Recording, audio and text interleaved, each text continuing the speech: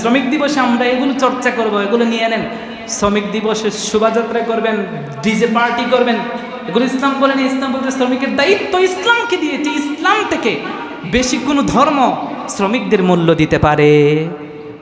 ইসলাম সবচেয়ে বেশি মানুষকে সম্মান দিয়েছে। একটা মুচি থেকে নিয়ে একটা অমুসলিমকেও ইসলাম সবচেয়ে বেশি সম্মান করতে পারবেন না। আপনি হয়তো শুধুমাত্র আজকের প্রথম মে দিবসে শুধু শ্রমিক দিবস পালন করেন, কিন্তু ইসলাম শ্রমিকদের মর্যাদা কত বেশি দিয়েছে। ইসলাম বলেছে, শোনো, যেই ব্যক্তি তোমার আন্ডারে কাজ করলো, তোমার একটু উপকার করলো, তোমার জমিনে একটু চাষাবাদ করলো, তোমার দোকানের মধ্যে একটু কাজ করলো, তোমার বাসার মধ্যে কাজ করলো, তোমার কাপড় ধুয়ে দিল, তোমাকে হয়তো বড়ুয়া থেকে খিলকেত পর্যন্ত অটো দিয়ে চালিয়ে নিয়ে গেল, ওই জায়গার মধ্যে যাওয়ার পরে তার শরীরের ঘাম শুকানোর আগে আগে তুমি তার পারিশ্রমিকটা তার হাতে দিয়ে দিবে। সুবহানাল্লাহ।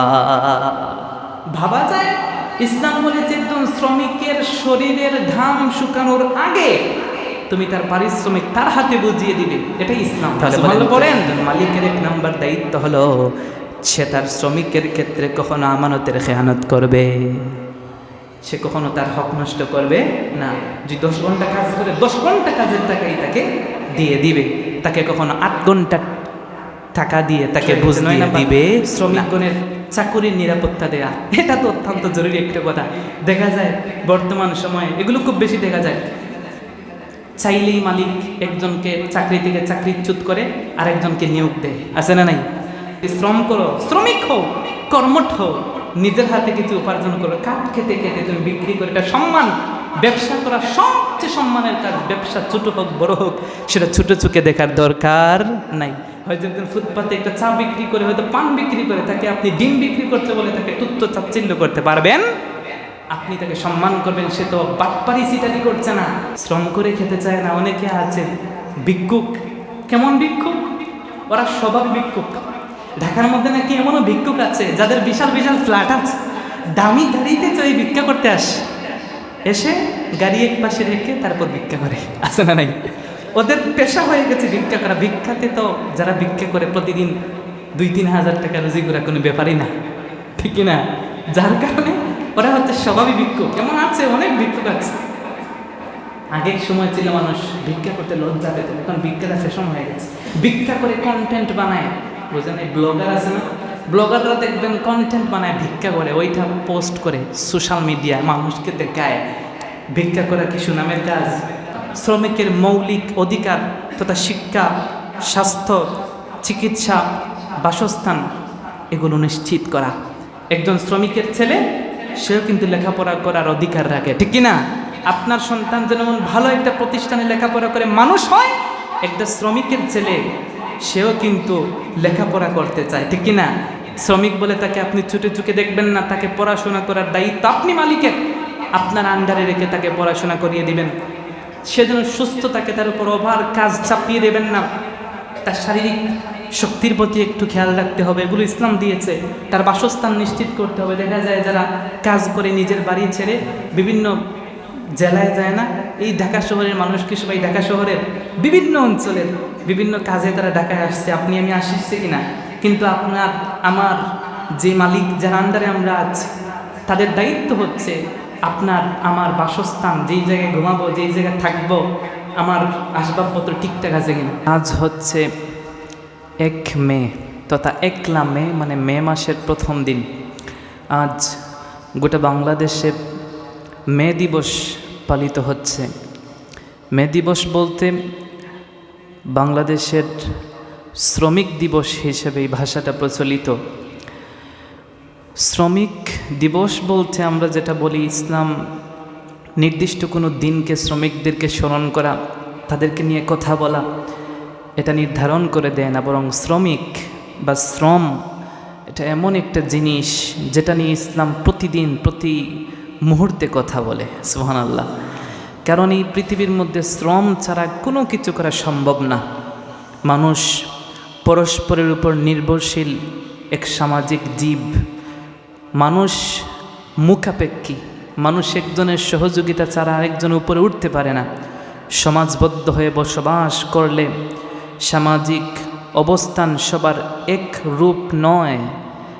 কেউ দেখা যায় ধনী, কেউ গরিব, কেউ উঁচু বংশের, কেউ নিচু বংশের, কেউ দক্ষ আবার কেউ অদক্ষ, আবার একজন এক এক কাজে বেশি পারদর্শী আর একজন হয়তো অন্য কাজে বেশি পারদর্শী।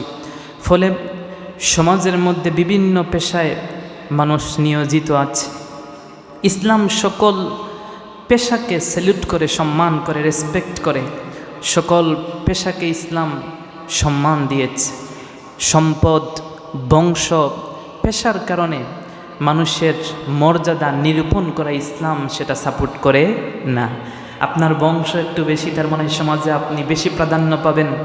আপনার পেশার ক্ষেত্রে আপনার সেই চেয়ারটা হয়তো একটু বড় চেয়ার, এর জন্য ইসলাম আপনাকে আলাদাভাবে দেখে না, বরং ইসলাম মানুষ হিসেবে সবাইকে সমান শ্রেষ্ঠত্ব দিয়েছে। সুবহানাল্লাহ। বংশ হিসেবে কাউকে মর্যাদা দেয় নাই, বরং বলা হয়েছে নৈতিকতা, নিষ্ঠাচার বা তাকওয়ার ক্ষেত্রে বলা হয়েছে একজন ব্যক্তিকে ইসলাম আলাদা করে। সুবহানাল্লাহ। এর জন্য আল্লাহ রাব্বুল আলামিন পবিত্র কোরআনুল কারীমের 49 নম্বর সূরাতুল হুজরাতের 13 নম্বর আয়াতের মধ্যে সে বিষয়টি অত্যন্ত ক্লিয়ার করেছেন। আল্লাহ বলেন, ইয়া আইয়ুহান নাসু ইন্না খালাকনাকুম মিন যাকারিন আও উনসা وجعلناكم شعوبا وقبائل لتعارفوا إن أكرمكم عند الله أتقاكم। ইসলাম একদম স্পষ্ট বলেছে ইয়া আইয়ুহান নাস, মুমিনদেরকে মেনশন করে নাই, প্রত্যেক মানুষকে, প্রত্যেক বর্ণের, প্রত্যেক পেশার মানুষকে মেনশন করে বলছে ইন্না খালাকনাকুম, নিশ্চয়ই আমি আল্লাহ তোমাদেরকে সৃষ্টি করেছি, মিন যাকারিন আও উনসা, আমি তোমাদেরকে সৃষ্টি করেছি এক পুরুষ আর এক নারী থেকে। ওয়া জাআলনাকুম শুউবা, অতঃপর আমি তোমাদেরকে বিভিন্ন জাতিতে বিভক্ত করে দিয়েছি। ওয়া কাবাইলা, বিভিন্ন গোত্রে বিভক্ত করেছি। একটাই কারণ, লিতাআরাফু, যাতে তোমরা একজন আর একজনকে চিনতে পারো। এটা তোমাদের শ্রেষ্ঠত্বের কারণ না। তুমি অন্য বংশে জন্মগ্রহণ করেছ, অন্য কোনো গোত্রে জন্মগ্রহণ করেছ, তোমার পারিবারিক কেন্দ্রিক, বংশ কেন্দ্রিক তুমি কখনো সম্মানিত না, বরং ইন্না আকরামাকুম ইনদাল্লাহি আতকাকুম, ওই ব্যক্তিই সম্মানিত, ওই ব্যক্তি সবচেয়ে দামি যে ব্যক্তি তাকওয়ার ক্ষেত্রে, পরহেজগারির ক্ষেত্রে আল্লাহর কাছে প্রিয় হতে পেরেছে। সুবহানাল্লাহ। আল্লাহ তাকেই সম্মান করেন, আল্লাহর সম্মান, তার সম্মান আল্লাহর কাছে বেশি যে ব্যক্তি তাকওয়াবান, পরহেজগার, আল্লাহওয়ালা, মুত্তাকি। যে বংশে বড় সে আল্লাহর কাছে প্রিয় নয়। যেহেতু আমরা সমাজে বসবাস করি, কেউ বড় পদে চাকরি করি, কারো পেশাটা একটু বড়, কারো পেশাটা মানুষ একটু বেশি বড় চোখে দেখে। আবার আমাদের সমাজের কিছু শ্রমিক মানুষ আছে যারা সব সময় খেতে কামারে কাজ করে, দিন এনে দিন খায়, আছে না নাই? একজন ব্যক্তি হয়তো জুতা সেলাই করে খায়, অথবা কেউ চুল কাটে, নাপিতের দায়িত্ব পালন করে খায়, আছে না নাই? কেউ হয়তো ফুটপাতে দোকান দিয়ে খায়। আমাদের চোখে তাদেরকে কোনো মানুষই মনে হয় না। কিন্তু আজকাল এই সমাজের আমরা যেই সমস্ত উচ্চপদস্থ লোকেরা গর্ব করি, আরেকজন শ্রমিক, আরেকজন কৃষককে আমরা ছোট চোখে দেখি। আপনি যে বড় লোক হয়ে মজার মজার খাবার দিয়ে খাদ্য গ্রহণ করেন, ওই ছোট লোক কৃষকটা যদি দিনকে রাত বানিয়ে, রাতকে দিন বানিয়ে, মাথার গাম পায়ে ফেলে যদি কাজ না করে ফসল না ফলাতো, তাহলে আপনি বড় লোক, বড় বড় বিল্ডিংয়ের আলিশান বাসার মধ্যে বসে বসে সেই সুস্বাদু আপনি খাবারটা গ্রহণ করতে পারতেন না। এর জন্য ইসলাম বলেছে আমি কাউকে বড় পেশা, কাউকে ছোট পেশা দিয়েছি। সমাজের কর্মের ভিন্নতা থাকতে পারে, পেশার ভিন্নতা থাকতে পারে। কাউকে হয়তো আমি আল্লাহ রাব্বুল আলামিন একটু বেশি শ্রেষ্ঠত্ব দিয়েছি কাজের ক্ষেত্রে, কিন্তু মনে রাখবে এই বেশি শ্রেষ্ঠত্ব কাজের মধ্যে দেওয়ার মধ্যে আমি কখনো মানুষের মধ্যে কোনো প্রকারে পার্থক্য সৃষ্টি করি না। এর জন্য আল্লাহ রাব্বুল আলামিন বলেছেন পবিত্র কোরআনুল কারীমের 43 নম্বর সূরাতুল যুখরুফের 32 নম্বর আয়াতে বলেন, আহুম ইয়াকসিমুনা রাহমাতা রাব্বিক নাহনু কাসামনা বাইনাহুম মাঈশাতাহুম ফিল হায়াতিদ দুনিয়া ورفعنا بعضهم فوق بعض درجات ليتخذ بعضهم بعضا سخريا ইসলাম একদম ক্লিয়ার করে বলেছে আহুম ইয়াকসিমুনা রাহমাত রাব্বিক। আল্লাহ কোশ্চিন করছেন তোমরা যে খাদ্য গ্রহণ করো, মজার মজার মেনু তোমাদের সকাল বেকাল তোমাদের টেবিলের উপরে থাকে, সেগুলো কি তোমাদের মধ্য থেকে কেউ তোমাদেরকে দেয়? খাদ্যটা রিজিকটা কি তোমরা বন্টন করো নাকি? আল্লাহ বলছেন না, নাহনু কাসামনা বাইনাহুম মাঈশাতাহুম ফিল হায়াতিদ দুনিয়া। আল্লাহ বলছেন আমি তাদেরকে জীবিকা বন্টন করি পার্থিব জীবনে, এবং আল্লাহ বলছেন ওয়ারাফা'না বা'দাহুম ফাওকা বা'দিন দারাজাত। আর আমি আল্লাহ তোমাদের মধ্যে একজনকে একটু বড় পেশা, একজনকে একটু ছোট পেশা, এটা আমি আল্লাহ দিয়েছি। তার কারণ হচ্ছে কি, লিয়াত্তাখিযা বা'দুহুম বা'দান সুখরিয়া, যাতে তোমরা একজন আরেকজনের কাছ থেকে সেবা গ্রহণ করতে পারো। সুবহানাল্লাহ। তার মানে বোঝা গেল যে শ্রমিক বলতে আমাদের সংজ্ঞা তো একদম সংকীর্ণ, যদিও শ্রমিকের সংখ্যা একটু বড়। আমাদের ক্ষেত্রে শ্রমিকের সংজ্ঞা হলো যে নাকি খেটে খায়, জমিনের মধ্যে কাদার মধ্যে সর্বদা থাকে, যার মাথা থেকে পা পর্যন্ত কাদা পাওয়া যায়, যেই ব্যক্তি নাকি কৃষিকাজ করে, যেই ব্যক্তি নাকি দিন এনে দিন খায়, ওই ব্যক্তিকে আমরা শ্রমিক হিসেবে চিনি, ঠিক কিনা বলেন? কিন্তু আপনি শুনলে অবাক হবেন, এটা শুধু শ্রমিকের সংজ্ঞা না, আপনিও শ্রমিক, আমিও শ্রমিক। আপনি হয়তো কোনো একটা বিশাল কোম্পানির আন্ডারে কাজ করেন, আপনি যে তার আন্ডারে কাজ করছেন আপনিও কি শ্রমিক? এটাই শ্রমিকের সংজ্ঞা। আল্লাহ বলছেন কারো হয়তো পদটা একটু বড়, আল্লাহ একটু ভালো সম্মানিত একটা জব দিয়েছেন, কেউ হয়তো কৃষিকাজ করে খায়, কিন্তু যে ব্যক্তি কৃষিকাজ করে তাকে কখনো ছোট চোখে দেখার কোনো সুযোগ নাই। আল্লাহ বলছেন লিয়াত্তাখিযা বা'দুহুম বা'দান সুখরিয়া, একজনকে একটু বড় পদ দিয়েছি আর একজনকে ছোট পদ দিয়েছি। তার পিছনে রিজন, তার পিছনে কারণ হচ্ছে একটাই, তাহলে সেই ব্যক্তি যেন একজন আরেকজনের কাছ থেকে সেবাটা গ্রহণ করতে পারে। সুবহানাল্লাহ। আল্লাহ বলছেন এর জন্য কাউকে বানিয়েছি রিক্সা চালক, কাউকে বানিয়েছি রিক্সার প্যাসেঞ্জার, কাউকে নাপিত বানিয়েছি আমি আল্লাহ রাব্বুল আলামিন, কাউকে বানিয়েছি কৃষক যে জমিনের মধ্যে কৃষিকাজ করে খায়, আছে না নাই? যদি আমি আল্লাহ সবাইকে সম্পদশালী বানিয়ে গুলশানে বাসা দিয়ে দিতাম, তাহলে ধান ফলাইতো কে, ঠিক না বলেন?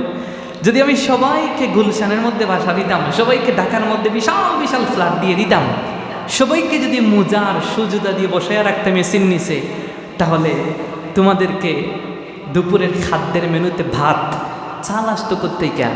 সবাই তো এসির নিচে থাকে, ঠিক না? এর জন্য এই যে শ্রমিক যারা আছে তাদের কাজের যেই সম্মান সেটা ইসলাম তাদেরকে দিয়েছে। সুবহানাল্লাহ।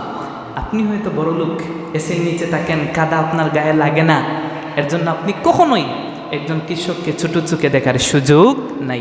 আপনি হয়তো কোম্পানির বস, আপনি হয়তো কোম্পানির এমডি, আপনি হয়তো কোম্পানি একটা বিশাল একটা সংখ্যক মানুষকে আপনি পরিচালনা করেন, তাদের দায়িত্বে আপনি আছেন, তাদেরকে আপনি রেখেছেন, ঠিক। কিন্তু যদি দেখা যায় যে ওই সমস্ত ব্যক্তিদেরকে আপনি দায়িত্বে রেখেছেন, এজন্যে যদি আপনি মনে করেন ওরা কখনো আমার মতো মানুষ না, আমার সম্মান তাদের থেকে অনেক বেশি, তাদেরকে যদি আপনি ভিন্ন চোখে দেখেন, তাহলে তারা কখনো আপনার এই সমস্ত আখলাক, এই সমস্ত চরিত্রের কারণে আপনার কাছে হয়তো ছোট হতে পারে, তারা কখনো আল্লাহর কাছে ছোট হবে না, কারণ তাদেরকে সম্মান দিয়েছেন কে? আল্লাহ। এর জন্য আল্লাহ রাব্বুল আলামিন বলেছেন তোমরা খেটে খাবে, ভিক্ষা করবে না, শ্রম করবে, ভালো কাজ করবে, ভালো কাজ করে টাকা ইনকাম করবে, নিজে বসে বসে খেও না। সমাজের মধ্যে যেই ব্যক্তি কষ্ট করে উপার্জন করে, ইসলাম তাকে সম্মান করে। সুবহানাল্লাহ। সমাজে একদল আছে সুদে টাকা লাগায়, ওদের কোনো শ্রম নাই, কোনো কষ্ট আছে? কোনো কষ্ট নাই তো, কারণ ওরা কিছু টাকা দিয়ে দিয়েছে আপনাকে, মাসে মাসে তার বেনিফিট সে পাচ্ছে। ওই ব্যক্তি কখনো আল্লাহর কাছে প্রিয় হতে পারে না। যে ব্যক্তি ঘুষ খায়, যে ব্যক্তি চাঁদাবাজি করে, সে ব্যক্তি কখনো আল্লাহর কাছে প্রিয় হতে পারে। মানুষ হয়তো সাময়িক তাকে একটু সম্মান করতে পারে।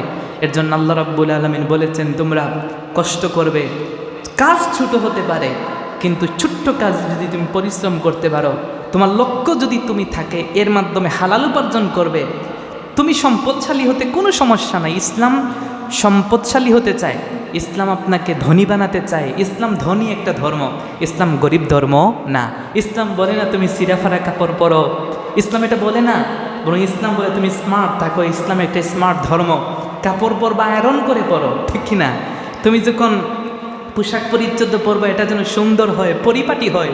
রসুল বলেছেন তোমার যে চুল আছে সেই চুলটাকে তুমি এলোমেলো করে রেখো না, চিরুনি করো। এই চুলটাকে তুমি সুন্দর করে একটু ভাঁজ করে রেখো। সুবহানাল্লাহ। ইসলাম আপনাকে কখনো ভিক্ষা প্রথা শেখায় না। ইসলাম কখনো আপনাকে বলে না মানুষের কাছে হাত পাতেন। ইসলাম কখনো আপনাকে ছোট হতে শেখায় নাই। এর জন্য ইসলাম পবিত্র কোরআনুল কারীমের 53 নম্বর সূরাতুন নাজমের 39 নম্বর আয়াতে আল্লাহ রাব্বুল আলামিন বলেছেন, ওয়া আল্লাইসা লিল ইনসানি ইল্লা মা সাআ। আমার বান্দারা যেই পথে হাঁটে, আমার বান্দারা যা কিছু চায় তারা তাই কিন্তু পেয়ে যায়। সুবহানাল্লাহ। এর জন্য সমাজে একটা কথা প্রচলন আছে, চেষ্টা করে যে ফল পায় সে। এর জন্য মনীষীরা বলেছেন আস-সা'য়ু মিন্না আও আস-সা'য়ু মিন্নি ওয়াল ইতমামু মিনাল্লাহ। চেষ্টা করা আমার দায়িত্ব, ফল দিবেন কে? আল্লাহ। এর জন্য ইসলাম শ্রম, আপনাকে পরিশ্রম করে উপার্জন করার কথা বলেছে। এই পৃথিবীর মধ্যে যারা নবী এসেছেন, কোনো একজন নবী বাদশাহের মতো বসে বসে খান নাই। সমস্ত নবীরা শ্রম করেছেন। সমস্ত নবীদের শরীর থেকে ঘাম বের হয়েছে, তারা নিজ হাতে উপার্জন করে খেতেন, উম্মতের কাছে হাত পাততেন না। এমন কোনো নবী ছিলেন না যেই নবী উম্মতের কাছ থেকে চাঁদাবাজি করে খেয়েছেন।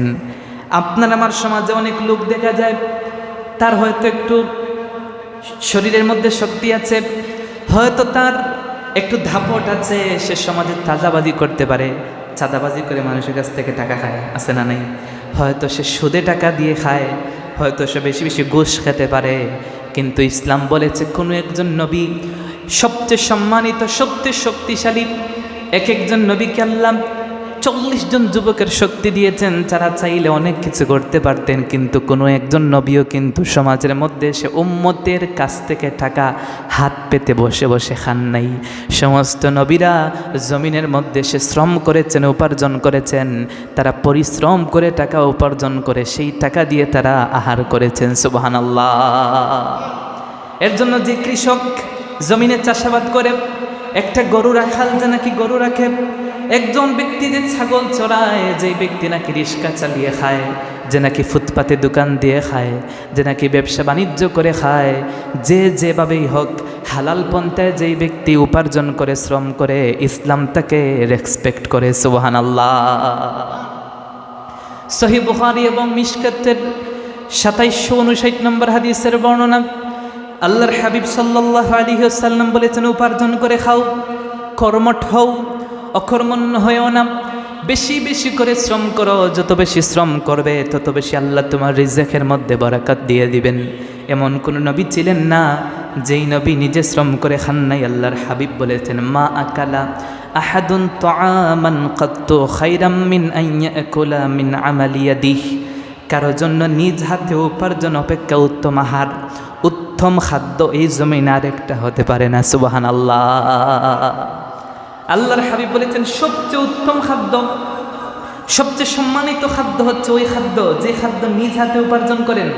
আপনাকে আরেকজন ব্যক্তি দিল, আরেকজনের প্রতি আপনি তাকিয়ে আছেন, আরেকজনের অনুগ্রহে আপনি হয়তো বাঁচেন। সে যদি আপনাকে খুরমা পোলাও দেয়, সেটা খেতে আপনার ওই তৃপ্তি আসবে না। নিজে যদি দিনের বেলা একটু হালাল ওয়েতে, হালাল রাস্তায় পরিশ্রম করে কিছু খাদ্য, কিছু টাকা উপার্জন করতে পারেন, সেই টাকা দিয়ে যদি আপনি অল্প কিছু খাদ্য এনে নিজে খান, ওই গোশত দিয়ে খুরমা পোলাও দিয়ে খাওয়ার থেকেও অল্প পরিশ্রমের টাকায় আল্লাহ রাব্বুল আলামিন বেশি তৃপ্তি দিবেন। সুবহানাল্লাহ। তারপর আল্লাহর হাবিব বলেছেন, ওয়া ইন্না নাবিয়াল্লাহি দাউদ আলাইহিস সালাম কানা ইয়াকুলু মিন আমালি ইয়াদিহি। এই জমিনের মধ্যে হযরতে দাউদ আলাইহিস সালাম নিজ হাতে উপার্জন করে খেতেন। শুধু দাউদ আলাইহিস সালাম না, হযরত ইউসুফ আলাইহিস সালাম, হযরত ইব্রাহিম আলাইহিস সালাম, হযরত মূসা আলাইহিস সালাম, হযরত ঈসা আলাইহিস সালাম, এমনকি সর্বশ্রেষ্ঠ এবং সর্বশেষ নবী মুহাম্মদ সাল্লাল্লাহু আলাইহি ওয়াসাল্লামও তিনি নিজে পরিশ্রম করে খেতেন। সুবহানাল্লাহ। তাহলে আপনি শ্রম দিবস, শ্রমিক দিবস কি পালন করবেন? ইসলাম শ্রমিকদেরকে সবচেয়ে বেশি সম্মান দিয়েছে। ইসলাম শ্রমিকদেরকে বলেছে যে ব্যক্তি শ্রম করে খায়। আপনি আর আমি যদি হালাল রাস্তায় কষ্ট করে খাই, আপনি আর আমি যদি হালাল ওয়েতে কিছু একটা উপার্জন করি, নবীর সুন্নত আদায় হয়ে যায়। সুবহানাল্লাহ। এমনকি সাহাবায়ে কেরাম তারাও কিন্তু কর্মঠ ছিলেন, তারাও কিন্তু শ্রম করে খেতেন।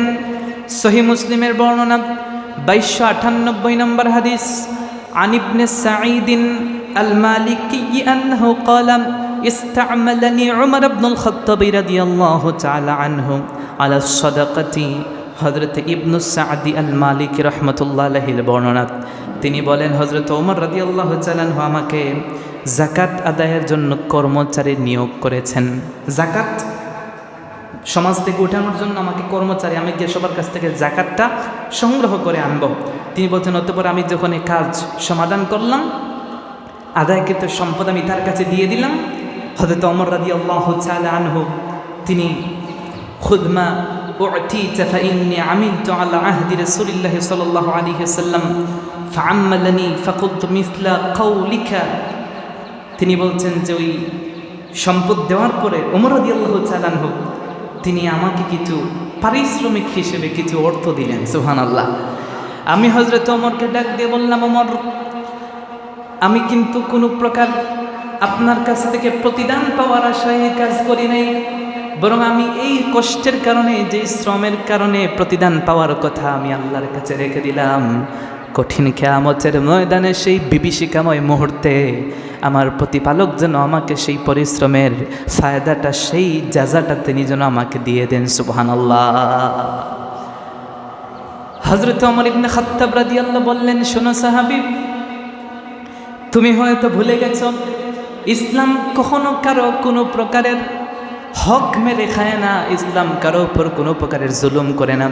তুমি যেই কষ্ট করে সম্পদটা উঠিয়ে এনেছ, তোমার যেই পরিশ্রম হয়েছে, তোমার শরীরের ঘাম শুকানোর আগে ইসলাম সেটা পরিশোধ করতে চায়। মনে রেখো, আমিও কিন্তু একবার রাসূল করিম সাল্লাল্লাহু আলাইহি ওয়াসাল্লামের এইরকম হুবহু কাজ করেছিলাম। রাসূলের কাছে যখন আমি আসলাম, রাসূল আমাকে পারিশ্রমিক হিসেবে অর্থ দিলেন। আমি রাসূলকে হুবহু কথা বলেছিলাম, রাসূল, এই উপার্জনের জন্য যে কষ্ট করতে হয়েছে এর পরিশ্রমিক আমি আল্লাহ রাব্বুল আলামিনের কাছে চাই, আপনি আমাকে দিতে হবে না। সেই দিন আল্লাহর হাবিব আমাকে বলেছেন, ইযা উ'তিতা শাইআন মিন গায়রি আন তাসআলা ফাকুল্লু ওয়া তাসাদ্দাক। ওই দিন আল্লাহর হাবিব একটা চমৎকার জবাব দিয়ে বলেছেন, সাহাবী ওমর, শোনো, যদি জমিনের মধ্যে তোমাকে কোনো ব্যক্তি কষ্টের কারণে কোনো কিছু দেয়, তোমার শ্রমের কারণে তোমার যদি পারিশ্রমিক দেয়, সেটা তুমি ফিরিয়ে দিও না, সেটা তুমি স্বাচ্ছন্দ্যে গ্রহণ করো। কিন্তু মনে রাখবে, তুমি তার হাতের দিকে তাকিয়ে থেকো না যে তার কাছ থেকে আমি পাবো তারপরে আমি খাবো। বিষয়টা এমন না, বরং কেউ যদি তোমাকে খুশি হয়ে দিয়ে দেয়, তুমি না করবে না। যদি নিজে না খাও, অন্ততপক্ষে গ্রহণ করে তারপরে তুমি তা সদকা করে দিবে। সুবহানাল্লাহ। তাহলে বোঝা গেল রাসূল, সাহাবায়ে কেরাম সবাই কর্মঠ ছিলেন, তারা ঘরে বসে বসে খান নাই। সমস্ত সাহাবায়ে কেরাম তারা কাজ করে খেতেন। এর জন্য আল্লাহর হাবিব বলেছেন, আল কাসিবু হাবিবুল্লাহ। যারা শ্রমিক তারা আল্লাহর বন্ধু। সুবহানাল্লাহ পড়েন। শ্রমিক যারা, তাদেরকে ছোট চোখে দেখা যায় না। সমাজে যদি কোনো ব্যক্তি উন্নয়ন সাধন করতে চায়, কোনো একটা পরিবারকে যদি কেউ ডেভেলপ করতে চায়, কোনো একটা সমাজ, কোনো একটা রাষ্ট্র যদি উন্নতি সাধন করতে চায়, ওই সমাজের, ওই রাষ্ট্রের মানুষগুলোকে পারিশ্রমিক হতে হবে, তাদেরকে শ্রমিক হতে হবে, তাদেরকে কর্মঠ হতে হবে। সমাজের প্রত্যেকটা মানুষ যখন শ্রমিক হয়ে যায়, প্রত্যেকেই যখন কাজ করা শিখে যায়, সমাজের মধ্যে যখন প্রত্যেকেই পরিশ্রম করে, ওই সমাজটাতে আল্লাহ রাব্বুল আলামিন উপার্জনের দরওয়াজাটাকে উন্মুক্ত করে দেন। ওই সমাজটাকে আল্লাহ রাব্বুল আলামিন একটা এস্টাবলিশড সমাজ বানিয়ে দেন। সুবহানাল্লাহ। এর জন্য আল্লাহ রাব্বুল আলামিন, হয়তো আপনারা ভুল বুঝতে পারেন যে ইসলাম কেবলমাত্র নামাজ, রোজা, হজ, যাকাতে সীমাবদ্ধ না। ইসলাম আপনাকে বলে নাই যে তাসবিহ নিয়ে মসজিদের কোণার মধ্যে বসে বসে তাসবিহ টিপেন, ইসলাম এটাকে বলে নাই। ইসলাম কমপ্লিট একটা ধর্ম। আল ইসলাম দীনুন কামিলুন, ইসলাম এমন একটা ধর্ম যে ধর্মের মধ্যে কোনো প্রকারের ভুল নাই, কোনো প্রকারের ত্রুটি নাই। ইসলাম এমন একটা জীবন ব্যবস্থা, যেই জীবন ব্যবস্থার মধ্যে কারো কোনো প্রকারের অজুহাত দেখানো, কারো কোনো প্রকারের কোশ্চিন করার কোনো সুযোগ ইসলাম রাখে নাই। সুবহানাল্লাহ। ইসলাম বলেছে নির্দিষ্ট সময় ইবাদত করবে, নির্দিষ্ট সময় ঘুমাবে, নির্দিষ্ট সময় পরিবারকে দিবে, নির্দিষ্ট সময় তুমি তোমার আল্লাহকে দিবে। প্রত্যেকটা ব্যালেন্স ইসলাম দিয়ে দিয়েছে। সুবহানাল্লাহ। ইসলাম আনব্লেস ধর্ম না। ইসলাম আপনার মন মতো আপনি চলবেন সেটা সাপোর্ট করে না, বরং ইসলাম বলেছে পবিত্র কুরআনুল কারীমের 62 নম্বর সূরা সূরাতুল জুমার 10 নম্বর আয়াত আল্লাহ রাব্বুল আলামিন আপনার এবং আমার কনসেপ্টটাকে ক্লিয়ার করে বলেন, ফাইযা কুদিয়াতিস সালাতু ফাতাশিরু ফিল আরদি ওয়াবতাগু মিন ফাদলিল্লাহ। ইসলাম বলতে ফাইযা কুদিয়াতিস সালাহ, যখন তোমার নামাজ পড়া শেষ, ফান্তাশিরু ফিল আরদ, আর জমিনে বসে থেকো না, মসজিদের মধ্যে আর তাসবিহ নিয়ে বসতে হবে না। যখন ইবাদত কমপ্লিট হয়ে গেছে, এবার জমিনের মধ্যে ছড়িয়ে পড়ো। আল্লাহ বলছেন ওয়াবতাগু মিন ফাদলিল্লাহ, জমিনের মধ্যে ছড়িয়ে পড়ে কোথায় তোমার রিজিক আছে সেই রিজিকটা তুমি একটু তালাশ করো। সুবহানাল্লাহ। ইসলাম আপনাকে শ্রমিক হতে বলেছে। ইসলাম বলেছে মসজিদে বসে বসে নামাজের পরে তাসবিহ পড়বা, ওইটা না। পরিবার আছে, তোমার নিজের খাদ্যের যোগান দিতে হবে। তোমার রিজিক আল্লাহ রেখেছেন, রিজিকটা কোথায় রেখেছেন একটু কষ্ট করে এনে খাও। সুবহানাল্লাহ পরে সমাজে একটা কথা আছে, মাগনা গরুর দাঁত নাই। যে ব্যক্তি ফ্রিতে পায় সেটার কোনো মূল্য থাকে না। ইসলামের জন্য একটু কাজ করতে বলেছে, একটু কষ্ট করে খাও। তুমি একটু শ্রমিক হও, একটু শ্রম দাও। যেটা তুমি শ্রম করে আনবা সেটার মূল্য তোমার কাছে থাকবে, ঠিক কিনা বলেন? এর জন্য ইসলাম আপনাকে ব্যালেন্স দিয়েছে। এই সমাজের মধ্যে আপনি আমি বসবাস করতে গিয়ে প্রত্যেকেই শ্রমিক হতে হবে, প্রত্যেককে আবার মালিক হতে হবে। বিষয়টা এমন না যে আপনি সমাজের মধ্যে একজন দুইজন মানুষকে খাটান হয়তো আপনার কাজের জন্যে, এর মানে এটা না যে এদেরকে আপনি আর মানুষই মনে করবেন না। আমাদের সমাজটা এমন হয়ে গেছে না, মনে করেন আপনার ঘরে আপনার বাসার মধ্যে একটা কাজের বুয়া আছে, ওই কাজের বুয়াটাকে আপনি আমি মানুষ মনে করি না তো। আপনার সন্তান যেমন আপনার সবচেয়ে আদরের, আপনার স্ত্রীটা যেমন আপনার সবচেয়ে আদরের, আপনার স্বামীটা যেমন আপনার সবচেয়ে আদরের, ওই যে কাজের লোক যেটা আপনার বাসায় কাজ করে তার কাছেও তার সন্তান সবচেয়ে আদরের, তার স্ত্রীও সবচেয়ে আদরের, তার স্বামীটাও তার কাছে সবচেয়ে আদরের। এর জন্য আমাদের বিবেক কোথায় গিয়েছে দেখা যায়, আপনার আমার ইউজেবল সবচেয়ে নোংরা যেটা আর গায়ে দেয়া যায় না, ওই জামাটা আপনি আমি কাজের বুয়াকে দেই, ঠিক কি না? যেই তরকারি 1-2 দিন চলে গেছে, একদম বাসি হয়ে গেছে, যেটা আর খাওয়া যায় না, ওই তরকারিটাই আপনি আমি কাজের বুয়ার হাতে তুলে দেই, ঠিক কিনা বলেন? ইসলাম তো আপনাকে এই ইনসাফ শিকার নাই। ইসলাম তো আপনাকে এইভাবে সেলফিশ হতে বলে নাই। তার মানে বোঝা গেল আপনি ইসলামের ফর্মুলা মানছেন না, যার কারণে আপনি সবচেয়ে অবহেলা, যে খাদ্য ডাস্টবিনে ফেলার কথা ওইটা আর একজন বলে বুয়াকে দিয়ে দেন, ঠিক না? যে কাপড় ডাস্টবিনে ফেলার কথা, ঘর মোছার কথা যে কাপড় দিয়ে, ওই কাপড়টাই আপনি আপনার আর একজন দরিদ্র ব্যক্তির ছেলে সন্তান মেয়ে সন্তানের জন্য রেখে দেন, ঠিক না? কিন্তু ইসলাম তো আপনাকে এমন ইনসাফ শিখায় নাই। সমাজের মধ্যে আপনি হয়তো একজন মালিক, আপনার আন্ডারে কিছু শ্রমিক কাজ করে, তার মানে এমন না আপনি তাদের সাথে যেমন ইচ্ছা তেমন ব্যবহার করবেন, এটা আপনাকে কখনো ইসলাম দেয় নাই। ইসলাম আপনাকে সঠিক গাইডলাইন দিয়েছে। একজন শ্রমিক, আমরা এক পক্ষী হয়ে কথা বলি না, আমরা বলবো একজন শ্রমিক যিনি শ্রম করবেন, আমরা তাকেও বলবো যে তুমি যখন একটা দায়িত্ব নিয়েছো, একটা কোম্পানির আন্ডারে তুমি কাজ করছো, হয়তো সব কিছু সে নিজ চোখে দেখছে না, তোমাকে যে দায়িত্ব দেওয়া হয়েছে, তোমার দায়িত্বটা আমানত, তোমার মালিকের দায়িত্ব, তুমি নিজ দায়িত্বে ঠিকঠাক মতো আদায় করবে, ঠিক না?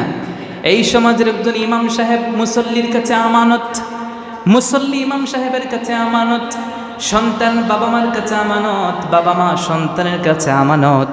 এই সমাজের একটা রিক্সা চালকের কাছে তার প্যাসেঞ্জার আমানত, একটা প্যাসেঞ্জারের কাছে তার রিক্সা চালক আমানত। এর জন্য মনে রাখতে হবে, কেউ কারো উপরে কোনো প্রকার জুলুম করার সুযোগ ইসলাম আপনাকে দেয় নেই। আপনি একজন শ্রমিক, আপনার মালিক আপনাকে যে কাজের জন্য রেখেছে, যেই কাজের বিনিময়টা আপনার সাথে চুক্তি হয়েছে, আপনার এক নাম্বার দায়িত্ব আপনি তার আমানত, তার হকটা, তার অঙ্গীকারটা, তার প্রতিশ্রুতিটা আপনি পূর্ণ করবেন। এর জন্য আপনি যদি শ্রমিক হয়ে তার কাজের মধ্যে মানে একজন ইমাম সাহেব মসজিদের নামাজ পড়াতে গিয়ে যদি ঠিকঠাক মতো তার দায়িত্ব পালন না করে, মুসল্লি হয়তো টের পায় না কিন্তু আল্লাহ তো টের পান। একজন মুসল্লি হয়তো ঠিকঠাক মতো ইমাম সাহেবের ভরণ পোষণ, ইমাম সাহেবের খোঁজ খবর বা ইমাম সাহেবের যে সমস্ত কিছু দেখে রাখা দরকার সেটা দেখে না, আল্লাহ কিন্তু আপনাকে ধরবেন। একটা রিক্সা চালক ঠিকঠাক মতো যদি তার দায়িত্ব পালন না করে, একটা শ্রমিক যদি ঠিকঠাক মতো তার দায়িত্ব পালন না করে, আল্লাহ তাকেও কিন্তু কিয়ামতের ময়দানে দাঁড় করিয়ে দিবে। প্রত্যেকে অঙ্গীকার পূর্ণ করতে হবে, প্রত্যেকে রাখাল। এর জন্য আল্লাহর হাবিব বলেছেন, কুল্লুকুম রাঈন ওয়া কুল্লুকুম মাসউলুন আন রাঈয়াতিহি। তোমরা প্রত্যেকেই দায়িত্বশীল, একটা ভিক্ষুকও কিন্তু দায়িত্বশীল। অতএব তোমরা প্রত্যেকেই প্রত্যেকের উপর দায়িত্বশীল। কিয়ামতের ময়দানে এক একজন করে দাঁড় করানো হবে, একা একা প্রত্যেকে নিজ নিজ দায়িত্বের হিসাব কিন্তু আল্লাহর কাছে দিয়ে দিতে হবে। আপনি শ্রমিক, আপনি আপনার মালিকের দায়িত্বটা ঠিকঠাক মতো পালন করবেন, ফাঁকিবাজি করবেন না। কারণ আপনাকে সে চুক্তিতে রেখেছে, এই কাজটা করে দিবা তোমাকে এত টাকা দিব, ঠিক না? এর জন্য কোনো কাজের আগে তার পারিশ্রমিকটা আপনি তার সাথে বোঝাপড়া করে নেবেন, তার কাজের পরিমাণটা আপনি তাকে বলে দিবেন, তার এরিয়াটা আপনি একদম তাকে বুঝিয়ে দিয়ে তারপর আপনি তার রিস্কাটা উঠবেন। বুঝেন নাই? মানে আপনি রিস্কাতে উঠলেন, তার সাথে আপনি কোনো বোঝাপড়া করলেন না, ভাই এই জায়গায় যাব, কত টাকা দিব। পরে দেখা যায় আপনি একটা সম্মানিত মানুষ, রিস্কা চালক আপনার কলারে ধরে, আছে না নাই? ইসলাম ওইটা বলে না, ইসলাম বলেছে রিস্কা উঠবা আগে তার সাথে বোঝাপড়া করে না, ওই তো দূর যাবে, এত দূর গেলে সে তোমার কাছ থেকে কতটুকু পারিশ্রমিক ছাবে, ঠিক কিনা বলেন? এর জন্য ইসলাম বলেছে তোমার অঙ্গীকার, তোমার দায়িত্ব, তোমার হক, তোমার মালিকের হকটা তুমি ঠিকঠাক মতো আদায় করবে। তার মানে তুমি খুব সাবধান। হয়তো তোমাকে তোমার মালিক একটা দোকানের মধ্যে বসিয়েছে, সেই দোকানের প্রত্যেকটা পণ্য তুমি বিক্রি করবে, প্রত্যেকটা পণ্য তোমার কাছে আমানত। হয়তো তোমার মালিক নিজ চোখে দেখে না, এই জায়গার মধ্যে যদি তুমি কোনো উল্টাপাল্টা করো, কিয়ামতের ময়দানে কিন্তু আল্লাহ তোমাকে তার জন্য দাঁড় করিয়ে দিবে। পবিত্র কোরআনুল কারীমের 17 নম্বর সূরা সূরাতুল বনী ইসরাঈলের 34 নম্বর আয়াতে আল্লাহ বলেন, ওয়া আউফু বিল আহদি ইন্নাল আহদা কানা মাসউলা।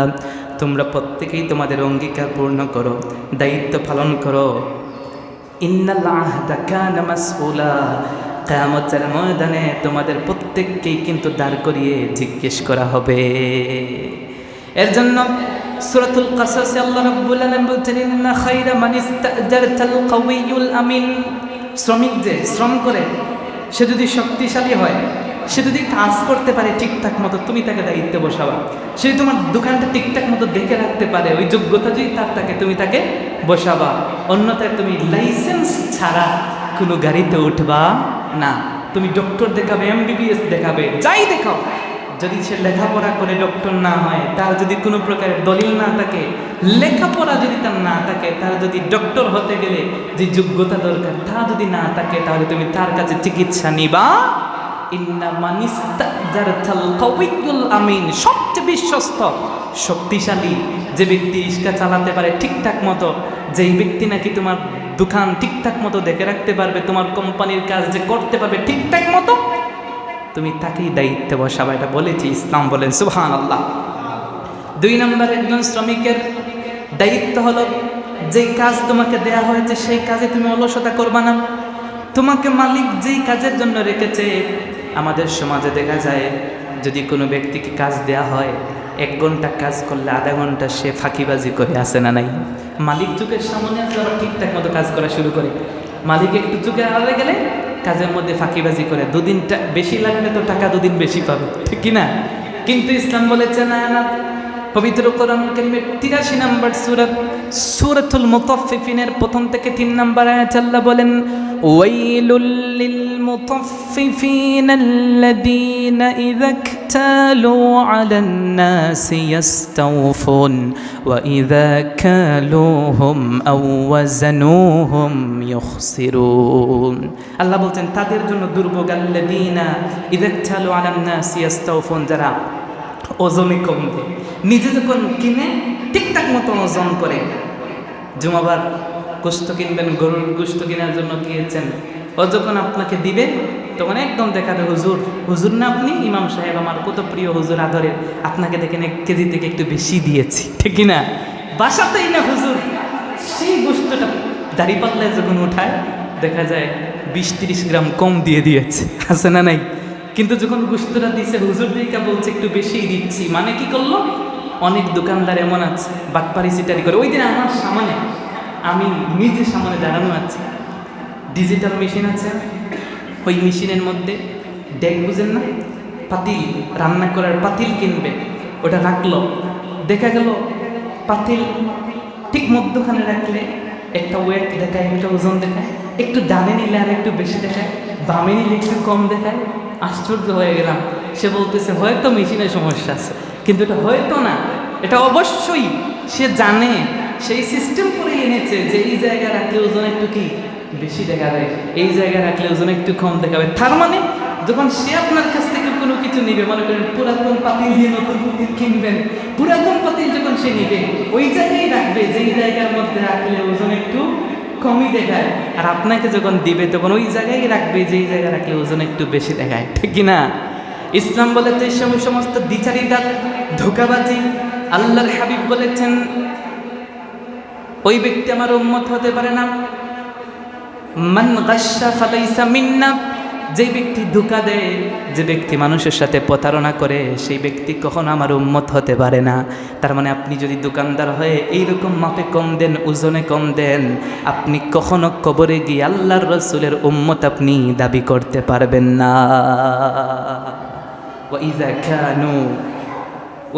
কালুহুম আও ওয়াজানুহুম ইখসিরুন, আর যখন দিবে তখন কম দিবে। বলা হয়েছে তুমি একজন শ্রমিক, তোমার দায়িত্ব হলো তুমি কাজে কখনো অলসতা করতে পারবে না।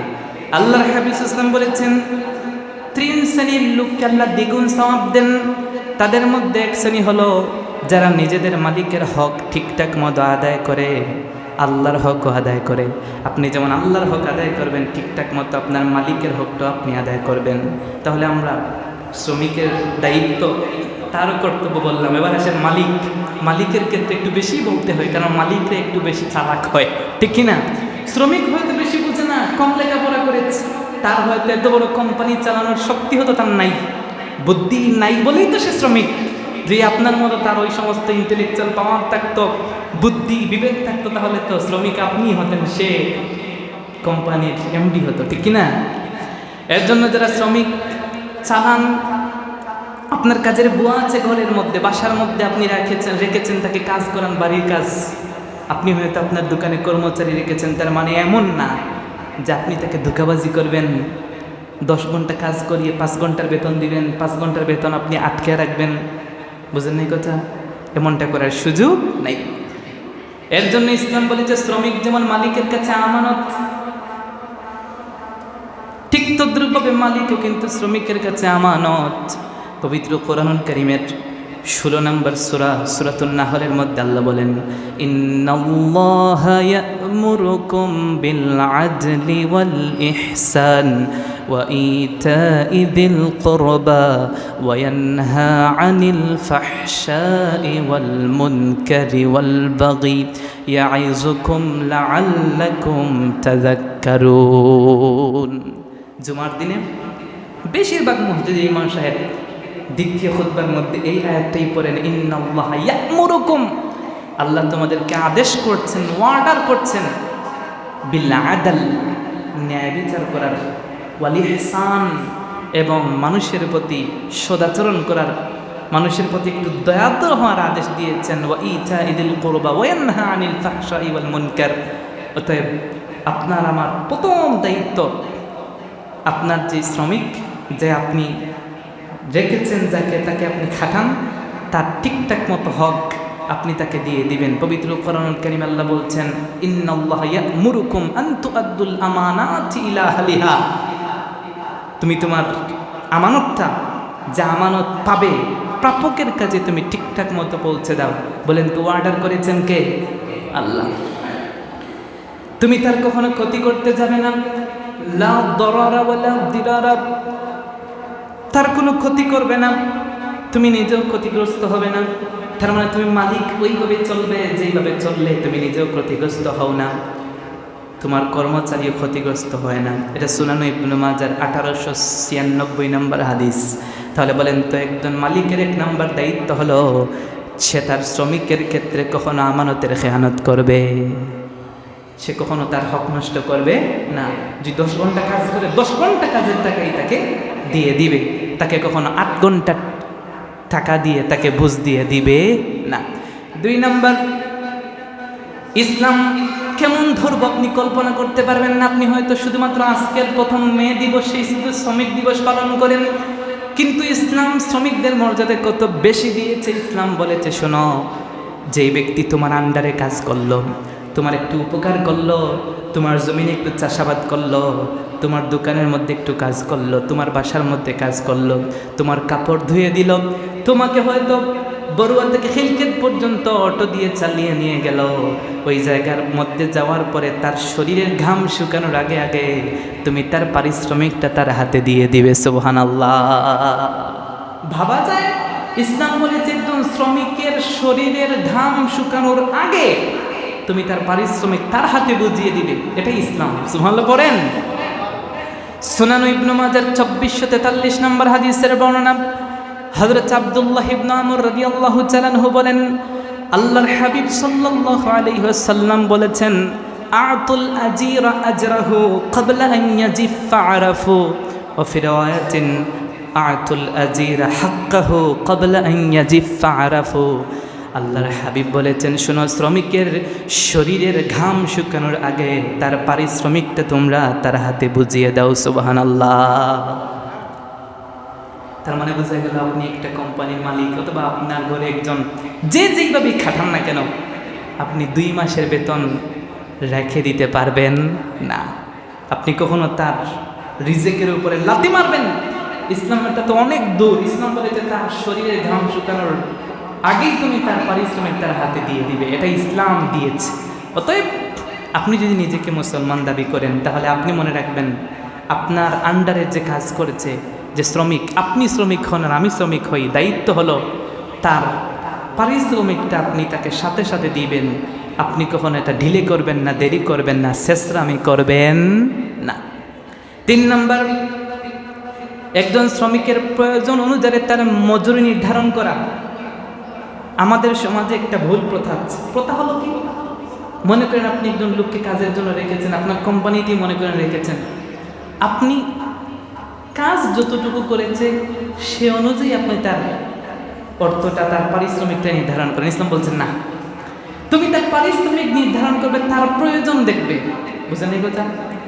তুমি তার প্রয়োজন যতটুকু, ততটুকু তুমি তার জন্য কি করবে, পারিশ্রমিকটা তুমি ধার্য করবে।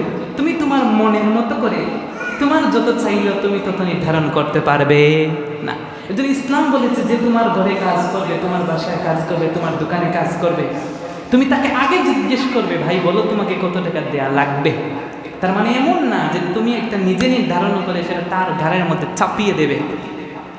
ইসলাম কিন্তু খুবই এক্ষেত্রে আপনাকে কঠোরতা দিয়েছে। ইসলাম বলেছে তুমি তার কাজ দেখে না, তুমি তার প্রয়োজন দেখে দিবা। যার কারণে সমাজের মধ্যে দেখা যায় লুটপাট, চুরি, ডাকাতি, রাহাজানি, পকেটমার কম না বেশি, দুর্নীতি আজ সমাজের মধ্যে আছে না নেই? বাংলাদেশ তো দুর্নীতিতে মনে হয় চ্যাম্পিয়ন হতে পারছে কিনা জানি না, 2-3 নম্বরে আছে, 1 নম্বরে হতে পারে নাই। দুর্নীতিতে অন্ততপক্ষে চ্যাম্পিয়ন হওয়া দরকার ছিল। অন্ততপক্ষে বলা যাইতো যে বাংলাদেশ দুর্নীতিতে চ্যাম্পিয়ন, ঠিক না? দুর্নীতি হবে না কেন ভাই? তার 1 নম্বর কারণ ইসলাম আমাদের মধ্যে নাই, ঠিক কিনা? ইসলাম বলছে তার প্রয়োজন কতটুকু, ততটুকু পারিশ্রমিক দাও। তুমি তার কাছ থেকে পারিশ্রমিক দিলে তো তার লাগবে 10 টাকা, তুমি দিয়েছো তাকে 3 টাকা, 7 টাকার জন্য তো তোমার বাড়িতেই ডাকাতি করবে, ঠিক কিনা? রাস্তায় তুমি যাবে, রাতে তোমাকে ধরবে, তোমার কাছে কিছু পেলে সেটা নিয়ে তোমাকে মার্ডার করবে, সের জন্য দায়িত্ব তুমি? ও তো দায়ী না। কারণ তোমার কাছে ওই সম্পদ ছিল, তুমি চাইলে তাকে তার প্রয়োজন অনুপাতে তার পারিশ্রমিক দিতে পারতে, তুমি দেও নাই। যার কারণে রাতের বেলা ডাকাতি তোমার বাড়িতে সেই করবে, এর জন্য তুমি তাকে দায়ী করতে পারবে? হযরত ওমর বলেছেন চোর হচ্ছে দুই প্রকার, একটা হচ্ছে অভাবী চোর, একটা হচ্ছে স্বভাবী চোর। যদি অভাবের কারণে কেউ চুরি করে তাহলে হাত চোরের কাটবা না, তোমার কাটবা। তার কারণ হচ্ছে ইসলাম তোমাকে ব্যালেন্স দিয়েছে, বলেছে তুমি যাকাত দিবা, ইসলাম বলেছে তুমি ঠিকঠাক মতো তার পারিশ্রমিক দিবা, তুমি তো দেও নাই। যার কারণে সে যদি রাতের বেলা চুরি করে, সে যদি অভাবের কারণে চুরি করে, তার পরিবারের মানুষ খাদ্য খেতে পারছে না, যদি অভাবের কারণে চুরি করে, মনে রাখবা হাতটা কিন্তু তোমারই কাটা হবে। আর যদি কেউ স্বভাবই চোর হয়, টাকা পয়সা আছে তারপরও চুরি করে, আছে না নাই? শ্রম করে খেতে চায় না, অনেকে আছে ভিক্ষুক। কেমন ভিক্ষুক? ওরা স্বভাব ভিক্ষুক।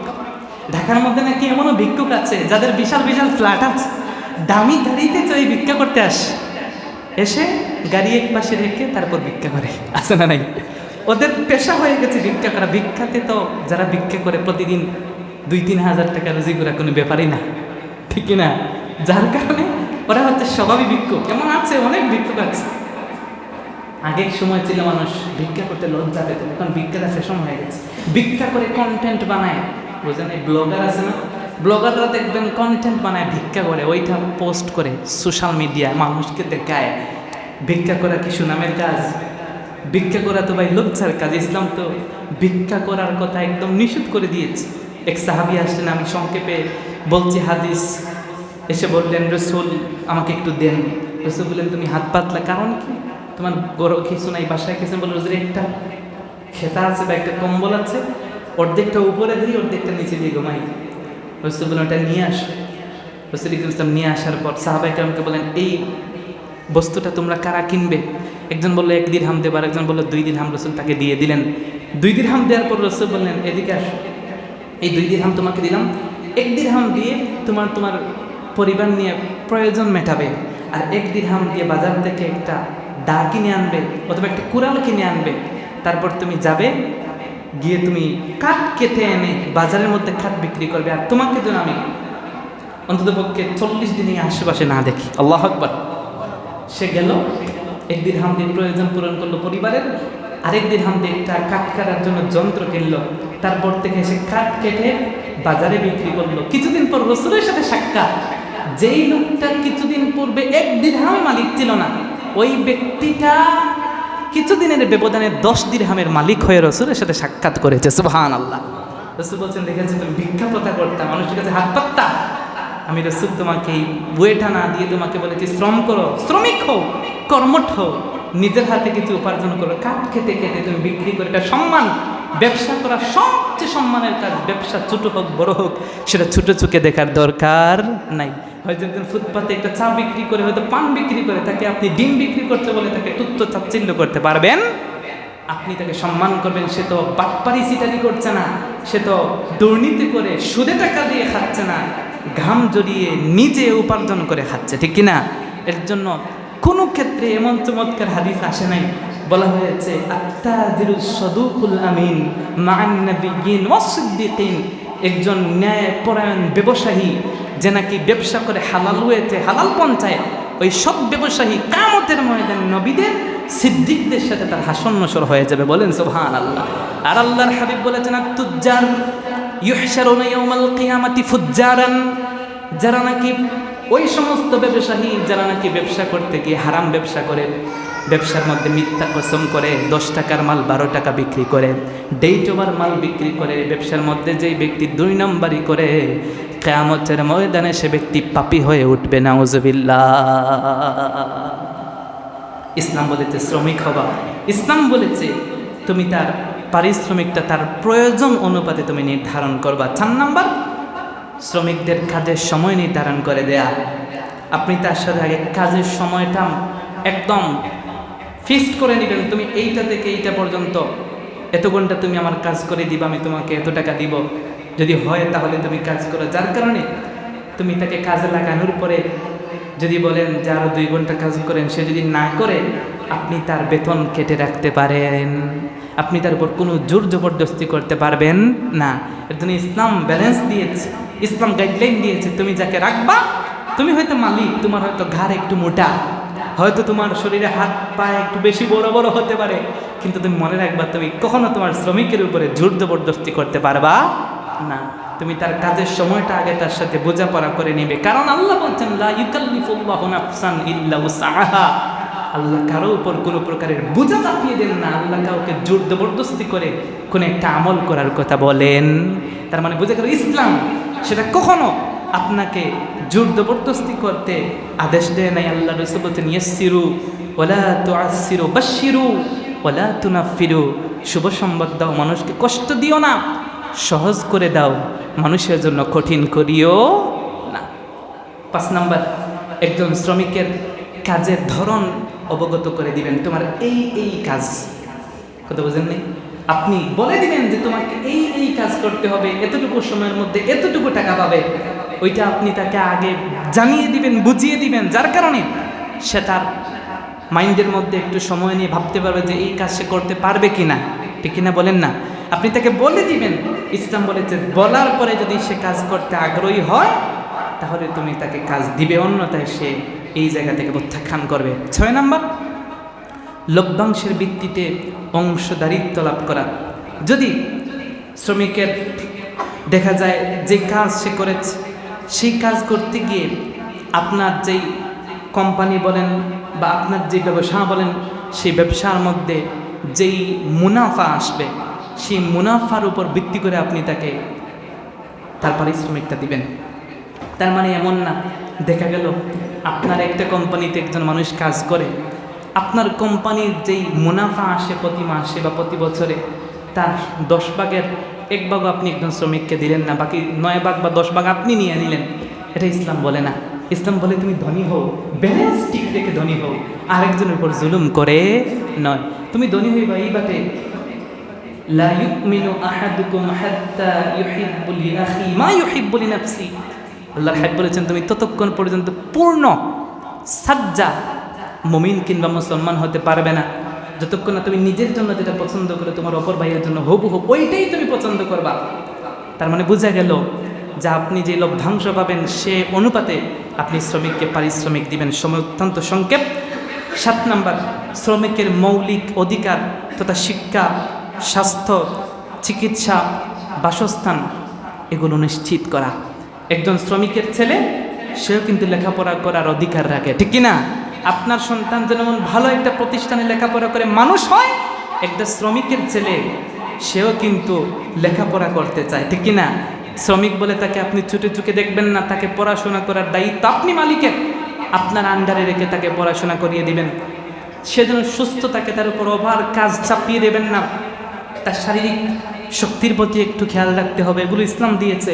তার বাসস্থান নিশ্চিত করতে হবে। দেখা যায় যারা কাজ করে নিজের বাড়ি ছেড়ে বিভিন্ন জেলায় যায় না, এই ঢাকা শহরের মানুষ কি সবাই ঢাকা শহরের বিভিন্ন অঞ্চলের বিভিন্ন কাজে তারা ঢাকায় আসছে, আপনি আমি আসছে কিনা, কিন্তু আপনার আমার যে মালিক যার আন্ডারে আমরা আছি তাদের দায়িত্ব হচ্ছে আপনার আমার বাসস্থান, যেই জায়গায় ঘুমাবো, যেই জায়গায় থাকবো, আমার আসবাবপত্র ঠিকঠাক আছে কিনা। এর জন্য মসজিদ কমিটির দায়িত্ব হলো শুধু ইমাম সাহেব সুস্থ আছেন কিনা, ইমাম সাহেব ঠিকঠাক মতো খান কিনা এটা না, ইমাম সাহেবের পরিবার ওরা ঠিকঠাক মতো খেতে পারে কিনা, ওরা ঠিকঠাক মতো সুস্থ আছে কিনা, ওইটাও কিন্তু দেখা দায়িত্ব। তার কারণ হচ্ছে ইমাম সাহেব মুয়াজ্জিন নামাজে দাঁড়াবে, দাঁড়িয়ে চিন্তা করবে আমার বউটাও সুস্থ, মাটাও সুস্থ, বুঝেন নাই, ছেলে সন্তানও সুস্থ, নামাজের মধ্যে ভুল করবে।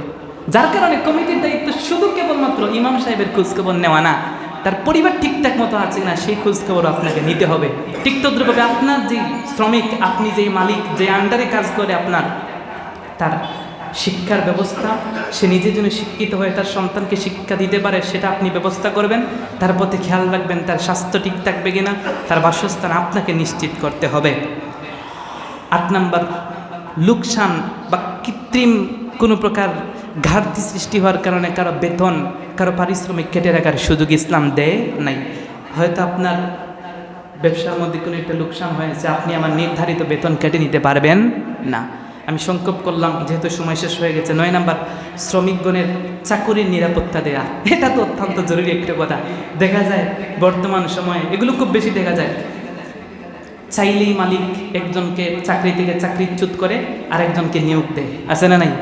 এটা কিন্তু ইসলাম একদম সাবধান করে দিয়েছে। তুমি মালিক, তোমার একটু সামর্থ্য আছে, হয়তো তুমি আমাকে চাকরি থেকে তাড়িয়ে দিলে আর 10 জনকে তুমি পাবে, তার মানে তোমার শক্তি আছে, তুমি পাবে বলে তুমি আমাকে চাকরিচ্যুত করতে পারবা না। ইসলাম এটা দিয়ে দিয়েছে, যার কারণে শ্রমিক দিবসে আমরা এগুলো চর্চা করব, এগুলো নিয়ে নেন। শ্রমিক দিবসে শোভাযাত্রা করবেন, ডিজে পার্টি করবেন, এগুলো ইসলাম বলেন। ইসলাম বলতে শ্রমিকের দায়িত্ব ইসলামকে দিয়েছে। ইসলাম থেকে বেশি কোনো ধর্ম শ্রমিকদের মূল্য দিতে পারে? ইসলাম সবচেয়ে বেশি মানুষকে সম্মান দিয়েছে, একটা মুচি থেকে নিয়ে একটা অমুসলিমকেও ইসলাম সবচেয়ে বেশি সম্মান দিয়েছে। যার কারণে আপনি চাইলে একজনকে চাকরিচ্যুত করবেন, আপনার ইচ্ছা হইলে চাকরি থেকে বের করে দিবেন, নতুন আরেকটা নিয়োগ দিবেন, সেটা ইসলাম আপনাকে কখনো সাপোর্ট করে না।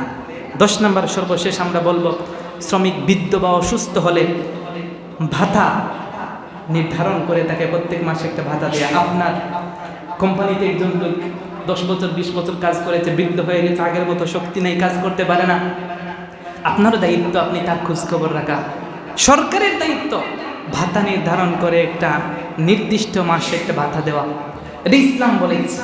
যার কারণে এই শ্রমিক দিবসে আমরা বলবো আপনারা এগুলো চর্চা করবেন, এগুলো জানবেন, না জানলে তো মানতে পারবেন না, আর না জানার কারণে যদি না মানেন তার জন্য কিন্তু আল্লাহ কিয়ামতে আপনাকে ধরবেন। আমরা সংক্ষিপ্ত সময়ে যে পয়েন্টগুলো বললাম, আল্লাহ রাব্বুল আলামিন আমাদেরকে সেগুলোর উপর আমল করার তৌফিক দিন, পড়েন আমিন। আমরা আজকে ভেবেছিলাম, যেহেতু আমরা ধারাবাহিক আলোচনায় ছিলাম হজ নিয়ে, আমরা ভেবেছিলাম আজকে হজ নিয়ে আলোচনা করব, কিন্তু আমরা প্রয়োজন বোধ করলাম যে যেহেতু আজকে শ্রমিক দিবস, এ সম্পর্কে ইসলামের কিছু গাইডলাইন আমাদের জানা দরকার। আমরা মনে করি ইসলাম মনে হয় একটা ফকির ধর্ম, না, ইসলাম অত্যন্ত ধনী ধর্ম, সব বিষয়ে ইসলাম কথা বলেছে। আপনি প্রস্রাব পায়খানা করবেন, সেই জায়গায় ইসলাম আপনাকে গাইডলাইন দিয়েছে, ব্যালেন্স দিয়েছে। আপনি খাদ্য খাবেন, সেই জায়গায় হজ করতে গেলেও যে গাইডলাইন, সব ক্ষেত্রে এক কথায় ইসলাম আপনাকে গাইডলাইন দিয়েছে। আল্লাহ রাব্বুল আলামিন আমাদেরকে সেই বিষয়গুলো বোঝার তৌফিক দেন, পড়েন আমিন। আল্লাহ আজকের জুমাকে কবুল করুন, পড়েন আমিন। আল্লাহ রাব্বুল আলামিন আমাদের প্রত্যেককে কবুল করুন, পড়েন আমিন।